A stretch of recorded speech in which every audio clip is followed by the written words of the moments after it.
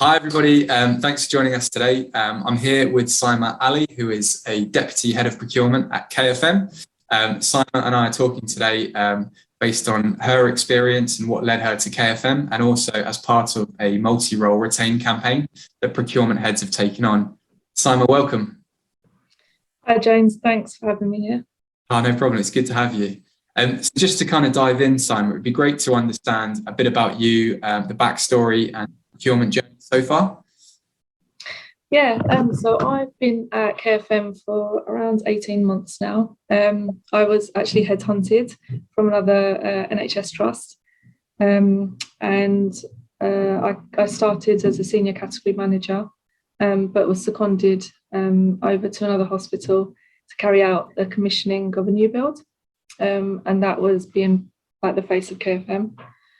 And then last 9 months or so, I've been the Deputy Head of Clinical Procurement. So I've been looking after the theatres team on the King's side, whilst doing the commissioning for the private hospital, and now looking after the new private hospitals that we've got on board.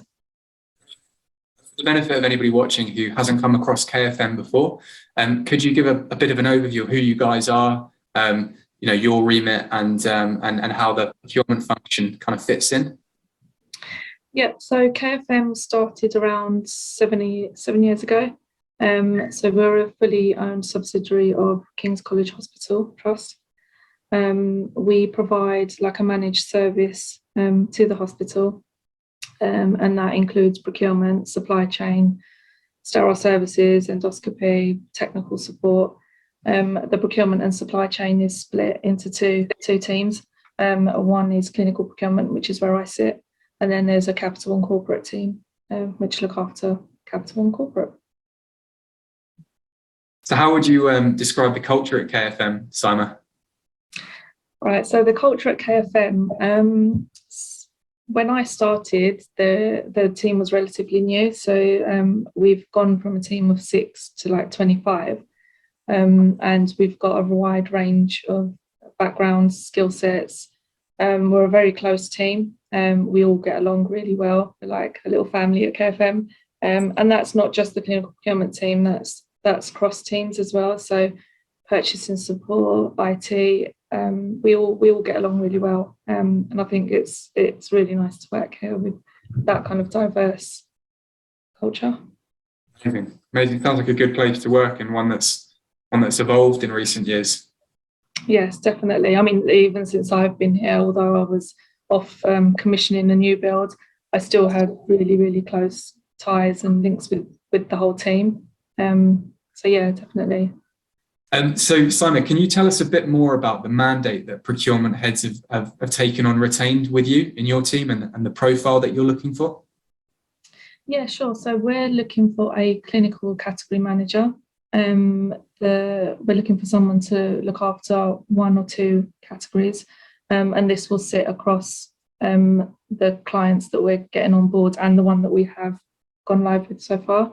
It will be a typical category manager role, your day-to-day strategic sourcing, developing a category plan and executing it, stakeholder relationships, building those with the new clients that we get on board, reviewing contracts, renegotiating contracts, drafting them, and I guess implementing change process, and when we get the new clients on board, kind of implementing those, and then just being the face of KFM, I guess, offering advice and procurement kind of knowledge to our clients. What background and experience do you think that they'll need to have in order to be successful in this role? So I'd say around 3 to 5 years category manager experience. Mm-hmm. We're looking for someone to look after radiology, cardiology, imaging, those kind of areas. So having that background would be beneficial. And I guess a degree would also help. SIPS is not mandatory, but if you have SIPS, that can also help with your application. Perfect. So obviously, it's quite a niche skill set to look for, as we both know. If someone's coming from a clinical background, but not specifically the background that you've just talked about, do you think they could potentially still be a good fit? Of course they can. I mean, clinical procurement, regardless of the category you're looking after, it's still the same process. It's still the same sourcing. So yeah, no, if you have any clinical backgrounds, then by all means apply. We're not going to rule you out. Perfect. And what about the softer skills, like the personality and the traits that the person brings interpersonally? What would you say is important in that respect? So we need someone who's quite confident, and with the stakeholders that are involved in these clinical areas, they can be quite difficult to deal with. So someone who's kind of got the ability to just go in there and get on with executing their category plans, and just putting a stamp on their areas. Perfect. And what's your office policy? How often would you expect this person to be in the office? For instance, if they're further afield and it takes time to get into London, do you have a hybrid working policy? We do. So as most companies since the pandemic, the ways of working have changed. We're very flexible. I'm very flexible. So at the moment we've got a rota. We like it if you come on site 2 days a week, and that can be in the office or at one of the client sites. It's nice for you to kind of liaise with the team, see each other in person. So we're happy for people to work 2 days on site and 3 days at home. Perfect. And you mentioned that you'd like a degree for this role, for the person coming in. Are there any other qualifications that are important to you?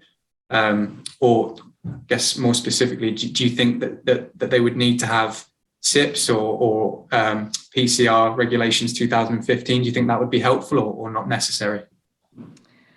Because the client is private, I mean, it's a nice to have. If you've got SIPs and you've got the knowledge of the regulations, then that will help you. But it's not a requisite. And Saima, what kind of benefits are included with this role on top of the base salary? Yep, so on top of the base salary, there is a bonus scheme. So the company offer 10% on top of your salary. 5% is achieving your personal targets, savings targets, and then the other 5% is the company delivering their savings targets. We have a private pension. So that's 6% matched contribution. You can also buy and sell your annual leave. There's the dental booper scheme, and then there's cycle to work. Saima, why would someone want to join KFM at this point in their life and career?